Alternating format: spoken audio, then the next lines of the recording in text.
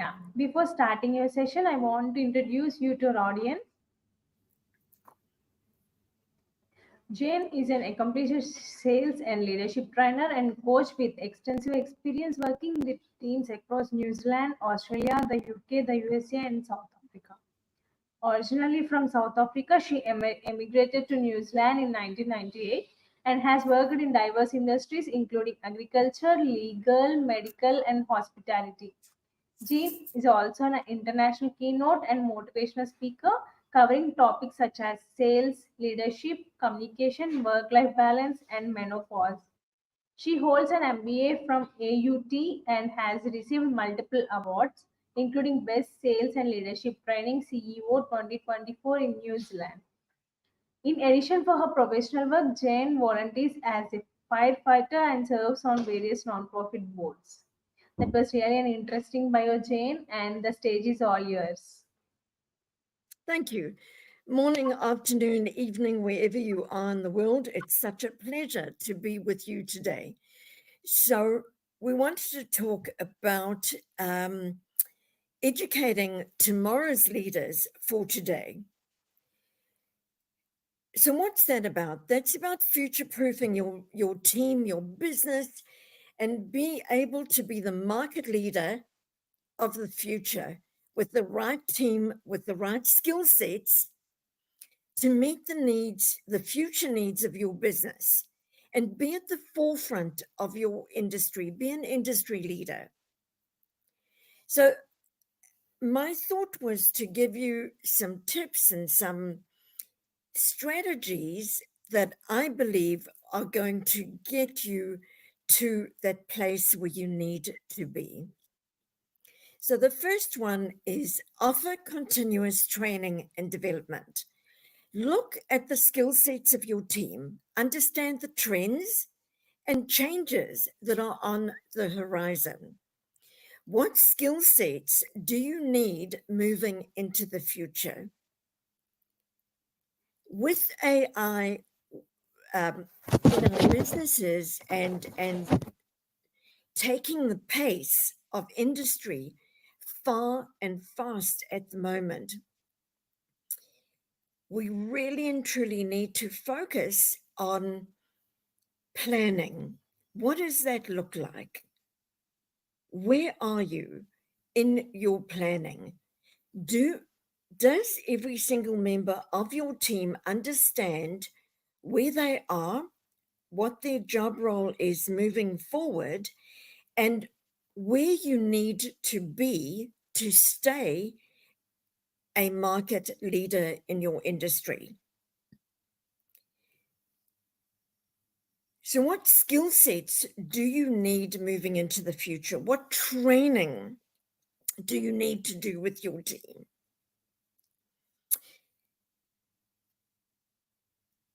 So it really is about us business owners providing mentorship and coaching to your team members on a weekly basis.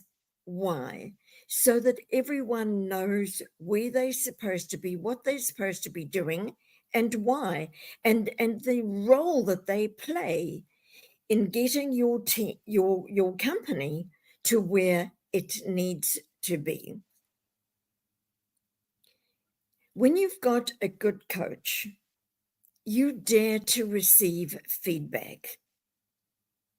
Humility to admit that you can improve, and discipline to do the work that you need to improve. And that goes for your team members as well. Leadership from the very front. Be a visionary leader. Lead by example, innovation, power, perceived so that you're perceived as strong. Your team is aligned, and they can feel safe. Because at the end of the day, leadership and the courage to lead is from the front. Lead from the side, which is mentoring, Guide your people, be open, have hands-on collaboration.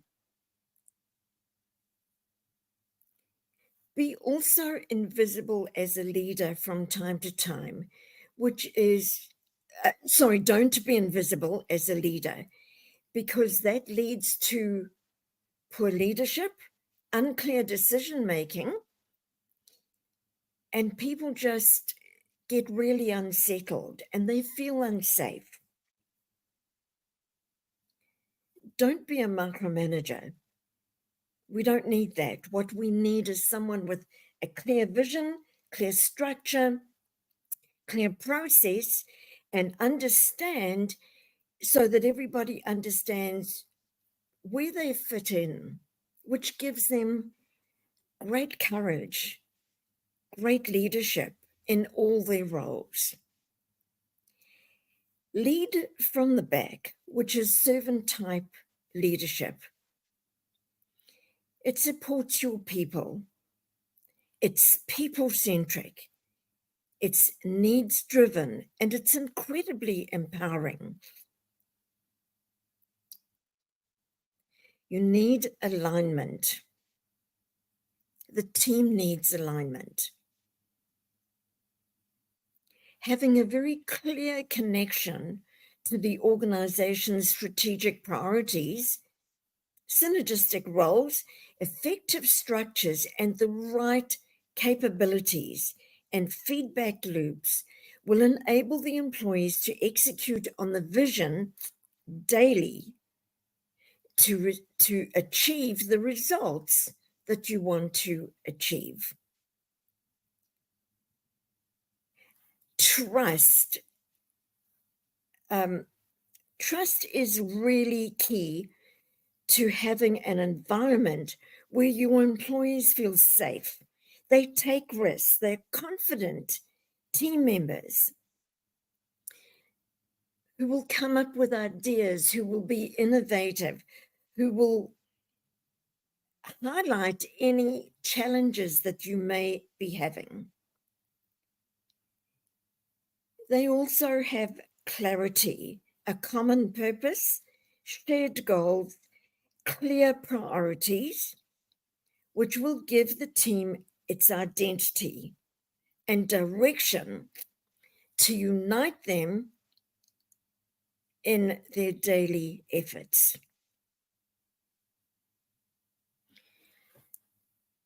One of the key things that I wanted to bring to the table for our leaders of tomorrow is understanding the 80-20 rule. So 20% of your clients give you 80% of your revenue. 20% of what you focus on every day will give you 80% of your outcomes. So it's really important to understand the 80-20 rule. It's a Pareto's rule. And at the end of the day, understanding who your top 20 clients are, your top members of your team, understand exactly where your money's coming from, understand where to focus on your goals to get the outcomes that you want to get. So in leadership, we have leadership as a whole, emotional intelligence, having the capacity to be able to reflect back on how you're showing up, how you're committing yourself and your team, things that you may not be getting right, tone of voice, how you're talking to your staff, how you're dealing with your staff, how you're dealing with suppliers and your clients. And then your coaching.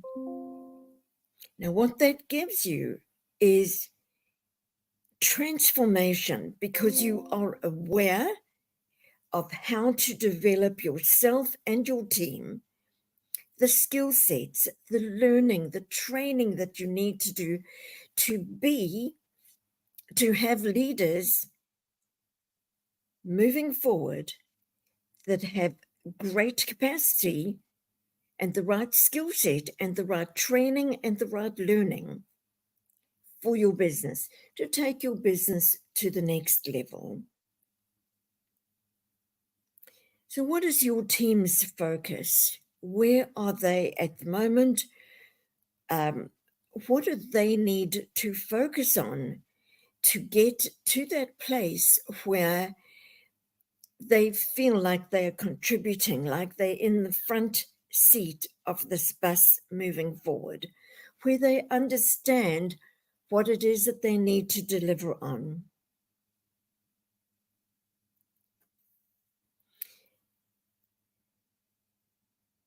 So it's important that each team member has structure. They have a plan, they have a goal, which you can work through with them or they can present to you, because it's so important that they understand where they need to be. Give them control of their set of values, of their goal-setting process.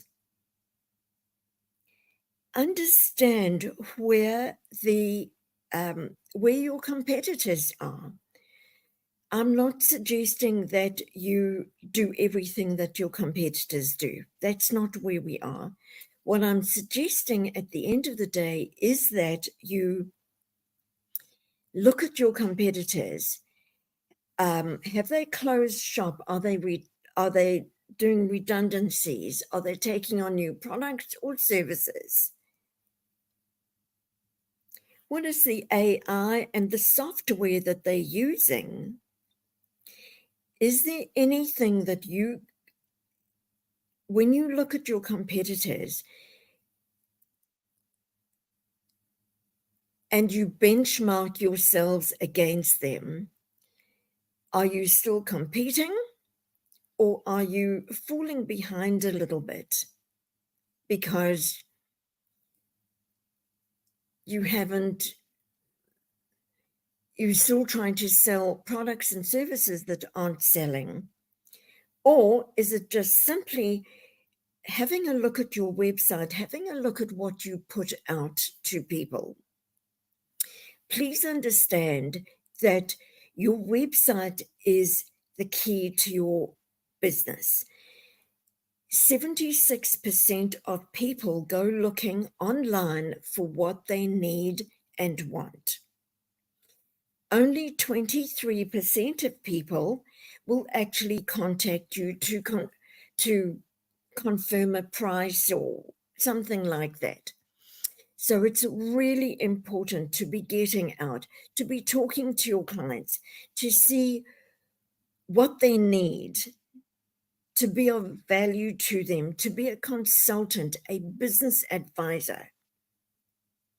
It's not about sales. It's about your clients. It's about you and your company adding value to them and their company and therefore their clients. So what does adding value look like? It's a point of difference. It is something that your competition can't say, or if they do say it, then they're not actually doing it. You never lower your price, you add value. Value is key. Giving your clients value is key to your success and their success, because it's of value to their clients. So be very clear around the value that you bring. Be very clear that you're interpreting it to your clients. Be very clear around the fact that your clients understand the value that you're bringing, the point of difference between you and your competitors. If not, you will be, whether it's your products or your services, you will be perceived as a commodity. And a commodity is when people simply do not understand what makes you different, what makes you stand out, and the value that you bring to your clients. Everybody in your team needs to understand what's in it for me. They need to be able to interpret to your clients what's in it for them to do business with you, instead of going to one of your competitors. So you have to be able to interpret your value proposition in a way that allows your clients to quickly understand what's in it for them to do business with you. Do not be a commodity, because if you're a commodity, or if they see you as a commodity, which means that there's no point of difference, the only conversation you will be having is around price. And then it's a race to the bottom of the barrel. So please understand your value proposition and be able to interpret it clearly to your clients on your website and in every single conversation you have with prospective clients, existing clients. Could be your bank, or it could be service providers. Be very clear on what your point of difference is, so that people can see it, understand it, and engage with you so that they understand very clearly what's in it for them to be doing business with you. So develop your team, understand what upskilling needs to take place, what that looks like. Is it new software that you need to be able to move forward into the future? Is it, what are the things that you need to stand out against your opposition, but also in the market as a market leader? In terms of hiring staff, be very clear around the skill sets that you need. Do an inventory with your existing staff around what their skill sets are. What do you need? Can you move people around in your organization?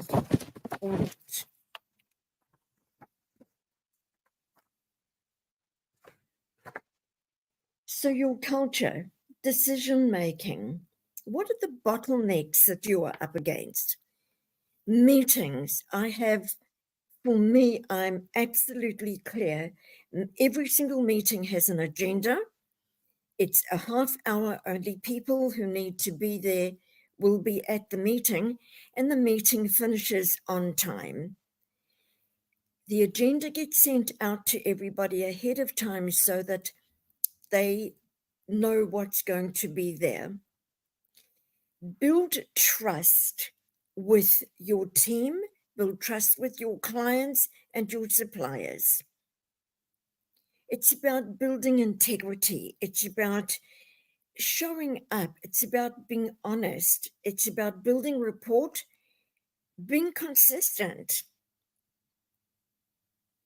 having their back, investing in your people, investing in yourself.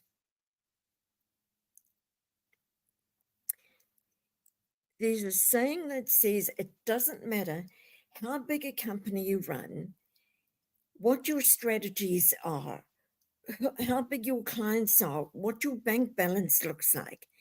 If at the end of the day you are not building trust with your clients and your team members, your company will go down. Trust is key to all relationships.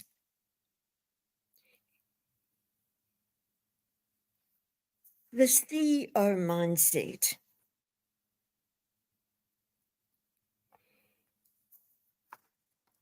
When you're failing, go into eagle mode, rise up above the noise and the chatter. Take time out for yourself to reset, to set some goals, to understand where you are and what it is that you need to move forward.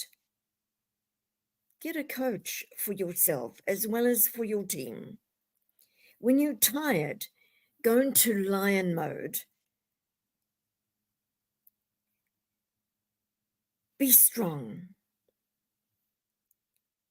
When you feel like giving up, just go into beast mode.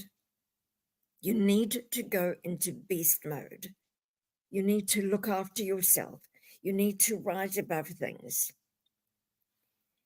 And more than anything, understand Maslow's workforce hierarchy of needs, your growth needs. So leadership and value, role modeling, clear goal setting, purpose broadcasting, constructive feedback, inclusive decision-making, and belief in everyone's potential, including your own. Mentoring coaches, and then cohesiveness of the team. Psychological needs, positive interactions, belong, camaraderie, networking. Be a part of networks that are going to help you to meet with people that you need to meet with to grow to introduce you to your next client, to be able to sit down and have a genuine chat about what's going on. Inclusivity, creative, it's a clean and safe environment. Consideration, it's about well-being. Compensation, benefits, tools and technology training, and onboarding. One of the things that I've found is that some of the bigger companies get onboarding right and some of them don't. And onboarding is crucial to starting your team off in the right way. Introducing them to the company in a way where they want to carry on, because if it's not a good onboarding, what happens is that sets the tone for the rest of their journey with your company.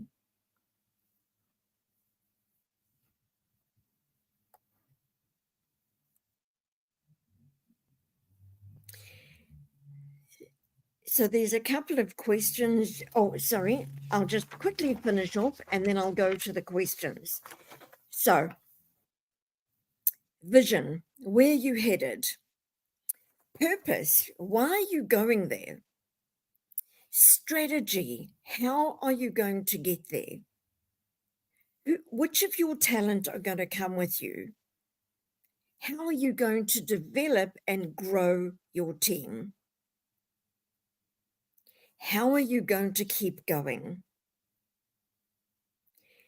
And one of the things that I was having a chat with a team this week, when your gut says something is wrong, it is wrong. Don't second guess yourself. You may not know why your gut's telling you that something is wrong.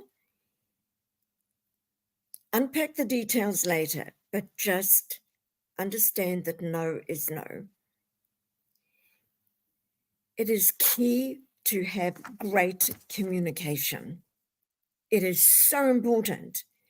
Communicate in sound bites, communicate well, communicate consistently.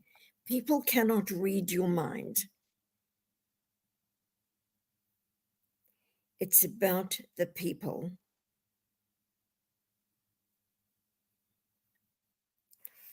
And leadership, strategic leadership, is about vision, purpose, communication, having great values, leading your team and the individuals in that team.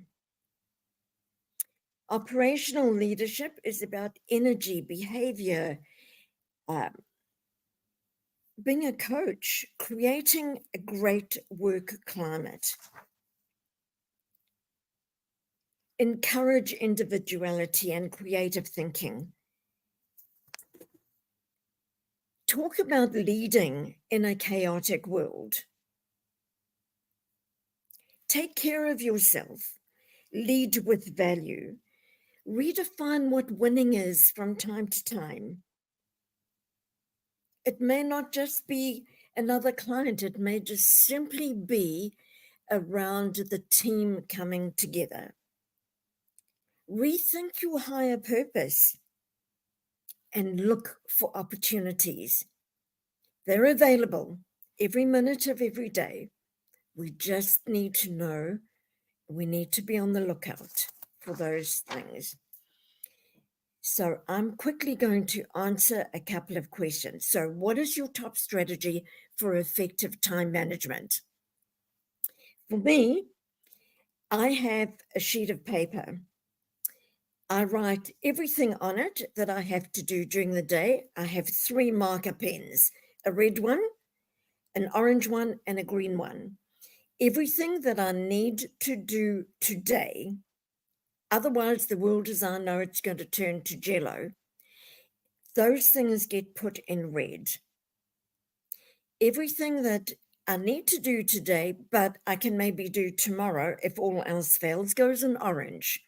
Everything else goes in green. Psychologically, we are brought up to know that red is danger. So to stop overwhelm and stress, your brain will only see the things in red. That is what I do for time management. I'm also very, very focused on planning. I have diaries. I plan, I make sure that in my sales life, or even if I'm doing calls, that I have the time for the call and then I have time to drive or time to write up some notes and then plan for the next call. That's for me. How important is trust in? I hope that answers your question. If it doesn't, please just let me know and I'll give you some more tips. Send me an email. I can honestly give you as much information as you want. How important is trust in sales and leadership? How do you build it quickly? Trust is paramount in sales and leadership. People need to be able to trust you. How do you build it quickly? You be authentic, you be honest. If you make a mistake, you say, I've made a mistake, and this is what we're going to do to rectify it. Be very clear with everyone about what they need to do. Be authentic, be open, be coachable, and be honest. What are common mistakes leaders make that break trust within teams? Oh, good question. So, common mistakes. They don't communicate often. When they do communicate, they don't communicate honestly or give all the information. And you know that it takes a lifetime to build trust and a couple of seconds to break it. And once you've broken someone's trust, getting it back, sometimes you're never able to do that. Are there any other questions? The key qualities, what key qualities define a successful leader today? The key qualities are going to be no micromanaging, planning, allow people to know what their KPIs are, what they need to accomplish daily, monthly, weekly, or quarterly, or annually, and then let them come back to you with a plan on how to do that so that you can work with them to be able to achieve that. Successful leaders communicate well, they build trust, they show up, they're authentic. If they make a mistake, they are open to admitting it, and they also invest in themselves, invest in their well-being, both mental, emotional, and psychological well-being. And they make a safe space for their team to be able to function safely in that space. I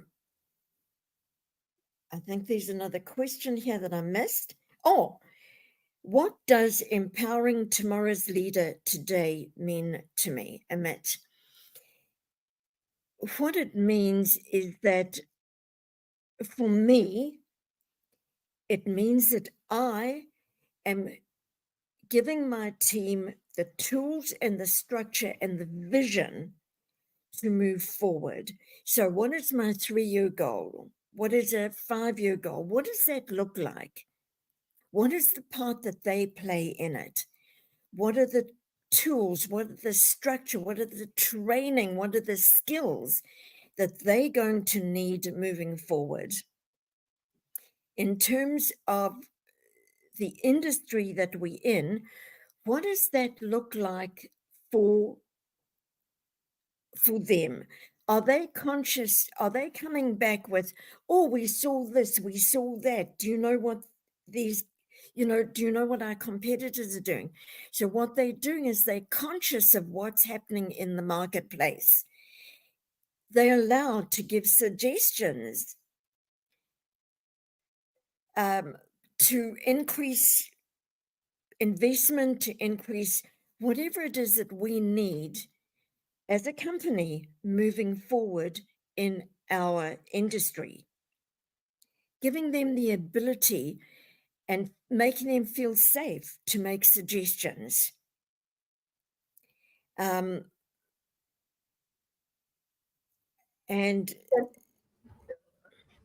thank you so much, Jean, for your valuable time here. This is a very informative session, and thank you for answering every question that is in chat box. What I will do is I will quickly just put my email in. Yes. So that anybody who wants to get hold of me can.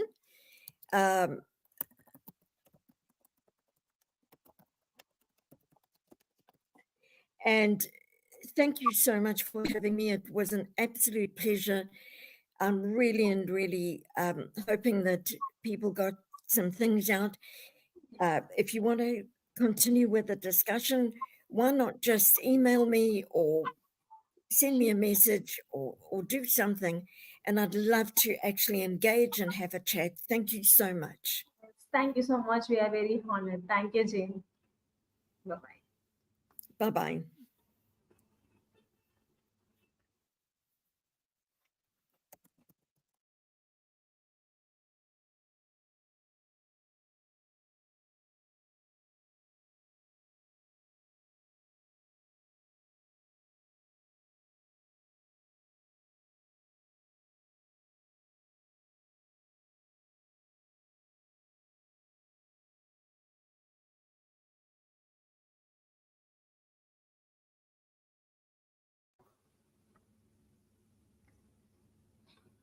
As we conclude the Women Leadership and Psychology Virtual Summit, I want to express my deepest gratitude to each and every one of you for being part of this extraordinary gathering. To our incredible speakers, thank you for sharing your wisdom, expertise, and passion. To our attendees, thank you for your active participation, thoughtful questions, and inspiring stories. As we close the summit, let's carry forward the momentum, connections, and insights gained. May the conversations, ideas, and inspiration from these past 3 days continue to ignite positive change in your personal and professional lives. Remember, women in leadership and psychology are shaping the future, and together we can achieve greatness. Thank you, and until next time, stay empowered, stay inspired.